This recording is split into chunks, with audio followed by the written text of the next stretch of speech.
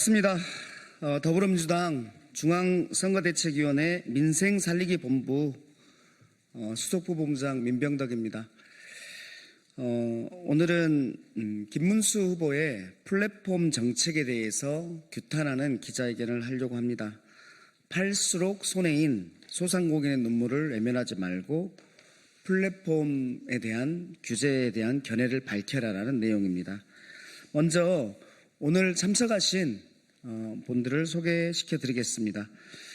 윤우덕 민생살리기본부 공동본부장님 오셨습니다. 네, 인태현 공동본부장님 오셨습니다. 그리고 김진철 유통상인 회장님 오셨습니다. 네, 이호준 골목점 상가 상인 오셨습니다. 이호준.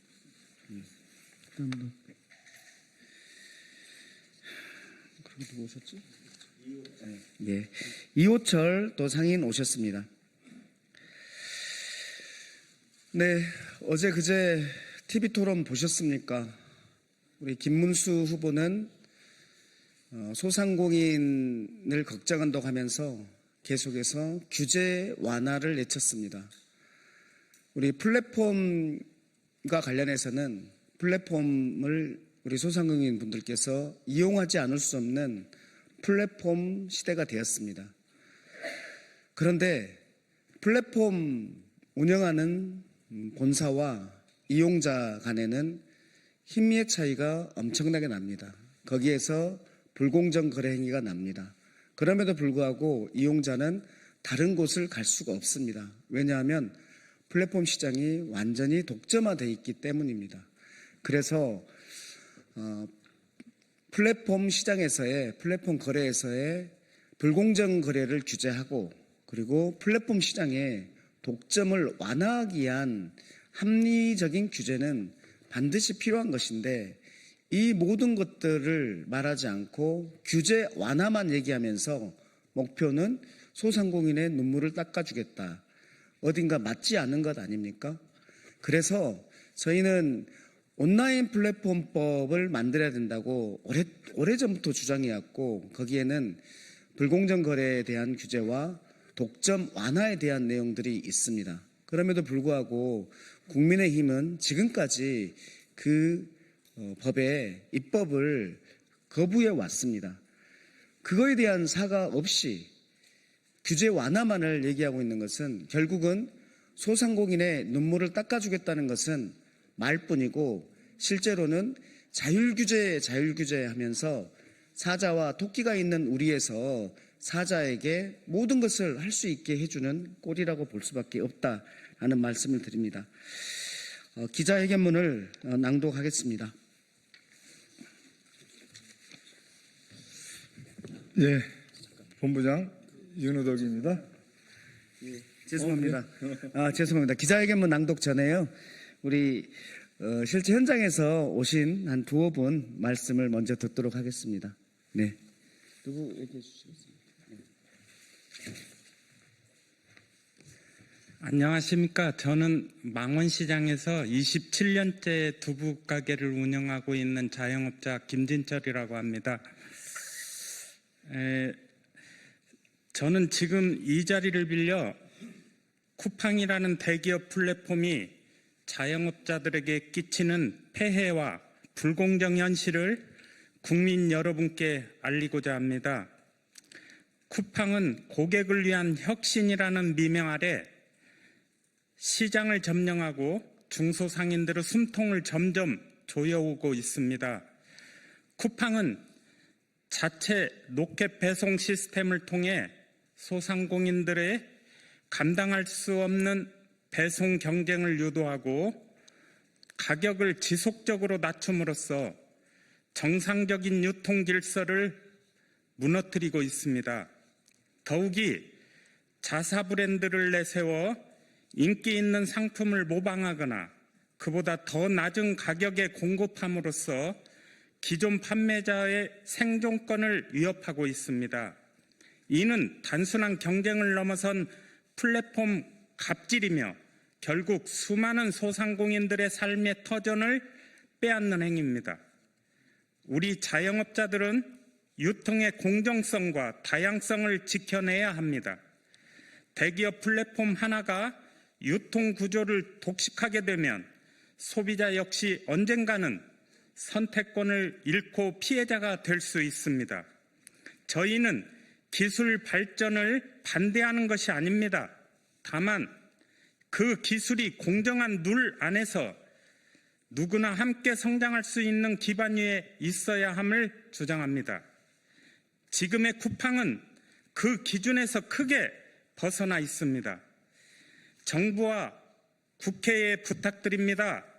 플랫폼 기업의 성장 지배력 남용을 견제하고 자영업자의 권익을 보호할 수 있는 실질적인 정책과 제도를 마련해 주십시오. 이것은 단지 자영업자의 생존 문제가 아니라 우리 사회의 건강한 경제 생태계를 지켜내는 길입니다. 감사합니다.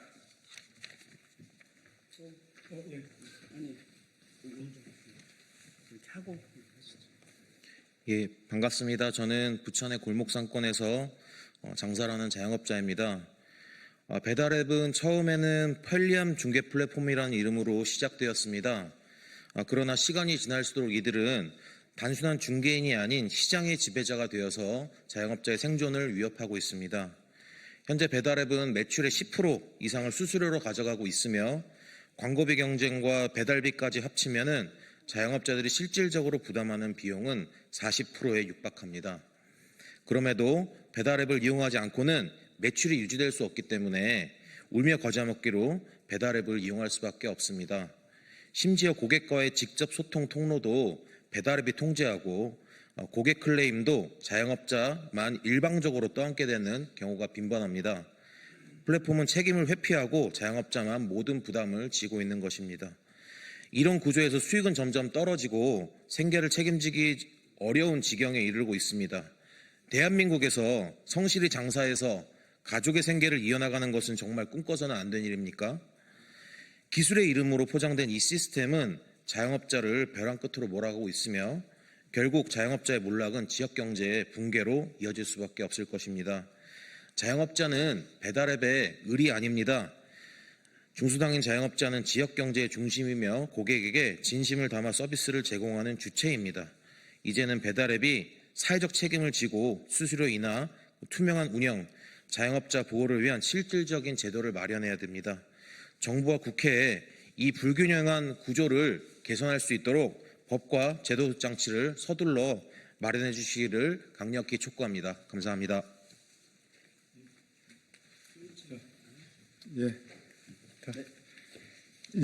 저는 민생살리기본부의 본부장 윤우덕입니다.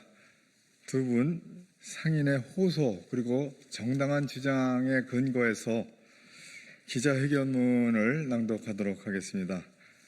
글로벌 팬데믹 이후 대한민국의 플랫폼 경제는 급속히 성장했습니다. 다양한 상품을 시간, 장소 제약 없이 빠르게 받을 수 있고 그리고 소비자의 편익은 증대했습니다. 그러나 독점적 지위를 악용한 불공정 거래와 플랫폼 노동자의 착취를 일삼는 온라인 플랫폼의 부작용도 덩달아 커지고 있습니다. 작년에 발생한 TMF 사태는 온라인 플랫폼의 부작용을 극명하게 보여준 대표적인 사례입니다. 당시 피해 업체는 무려 4만 8천 곳이었고 피해액은 1조 3천억 원에 달했습니다. 예, 공동본부장 이태현입니다. 이런 부작용은 지금도 계속되고 있습니다. 쿠팡 이츠와 배달의 민족 등 음식 배달 중개 어플은 최근 정책과 수수료를 일방적으로 변경해 배달료를 입점업체와 노동자에게 전가하고 있습니다. 온라인 플랫폼의 독과점 횡포와 그에 따른 불공정 피해가 점점 늘어나고 있습니다. 시장 상황이 이런데도 윤석열 정부와 국민의힘은 온라인 플랫폼의 불공정 행위를 단속하겠다는 말만 앞세우지 온라인 플랫폼 과세와 노동자 보호에 대해서는 아무런 실질적 조치를 취하지 않았습니다. 무능한 정부의 정책 파탄은 플랫폼의 수수료 인상과 그로 인한 자영업체의 가격 인상으로 이어져 대한민국 서민 경제를 파탄에 이르게 했습니다.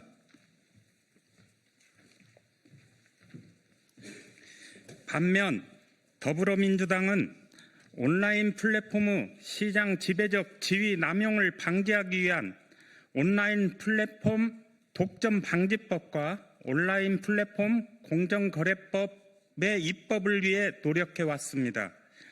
더불어민주당 이재명 후보는 소상공인 위기 극복의 대안으로 공정경제 플랫폼 생태계 구축을 위한 플랫폼 중개 수수료 차별 금지 및 수수료 상한제 도입 등 제도 개선을 공약했습니다.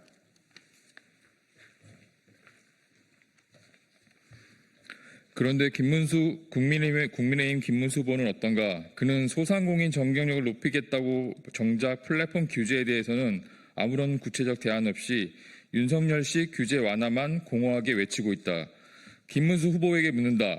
과도한 수수료 때문에 플랫폼 본사 앞에서 석 달 가까이 천막농성을 하며 팔수록 손해라고 울부짖었던 소상공인들에게 무슨 해답을 줄 수 있나? 죽음을 담보로 도로 위에 내몰린 배달 노동자들 앞에서 어떤 대안을 제시할 것인가? 입점업체가 매출의 40%에 이르는 금액을 플랫폼 수수료로 지급하는 이 상황에서 김문수 후보가 주장하는 규제 혁신은 과연 누구를 위한 규제 혁신인가? 김문수 후보는 당장 답하라. 우리 더불어민주당은 집권 즉시 플랫폼 공정거래 법안을 추진하여 플랫폼 사업자의 불공정 거래 행위 규제에 나설 것이다. 플랫폼 수수료 인하, 광고비 지원을 통해 중소상인의 어려움을 덜는 동시에 플랫폼 기업의 사회적 책임을 명확히 하고 공정한 경쟁 환경을 조성할 것이다. 윤석열 정부가 바탕낸 서민 경제를 회복하고 우리 경제의 뿌리가 되는 소상공인과 자영업자들이 신명나게 일할 수 있는 진짜 대한민국을 만들 것이다. 네, 수고하셨습니다.